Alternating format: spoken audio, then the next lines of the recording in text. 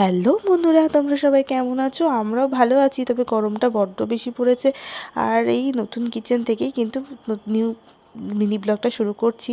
তো সকাল থেকে চা দিয়েই শুরু করলাম, আর তার সাথে হচ্ছে ব্রাউন ব্রেড নিয়ে নিয়েছিলাম, যেটা ঘিতে টস করা। তো দুজনে মিলে অনেক দিন পর একটু বসে চা খাবো, আর তারপরেই দেখো ঘর গোছাতে চলে এসেছি, মানে বিছানা তুলতে। আর সুদীপবাবু ওইদিকে একটুখানি হেল্প করে দিচ্ছে। তারপরে আমরা চলে যাবো, ডক্টর অ্যাপয়েন্টমেন্ট আছে, সেখানে 8:30টার সময়ের মধ্যে পৌঁছাতে হবে। দেখো ফোন চলে এসেছে, বলছে যেন আমরা কোনোভাবেই যেন লেট না করি। তো তাড়াতাড়ি করে খেয়ে দিয়ে চলে গেলাম। আর ফেরার পথে এই যে এখান থেকে কচুরি খাওয়ালো সুদীপ।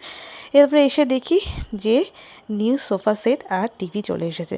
আর এই যে বাসন টাসন ধুয়ে নিচে যেতে গিয়ে দেখি পিসি আসেনি।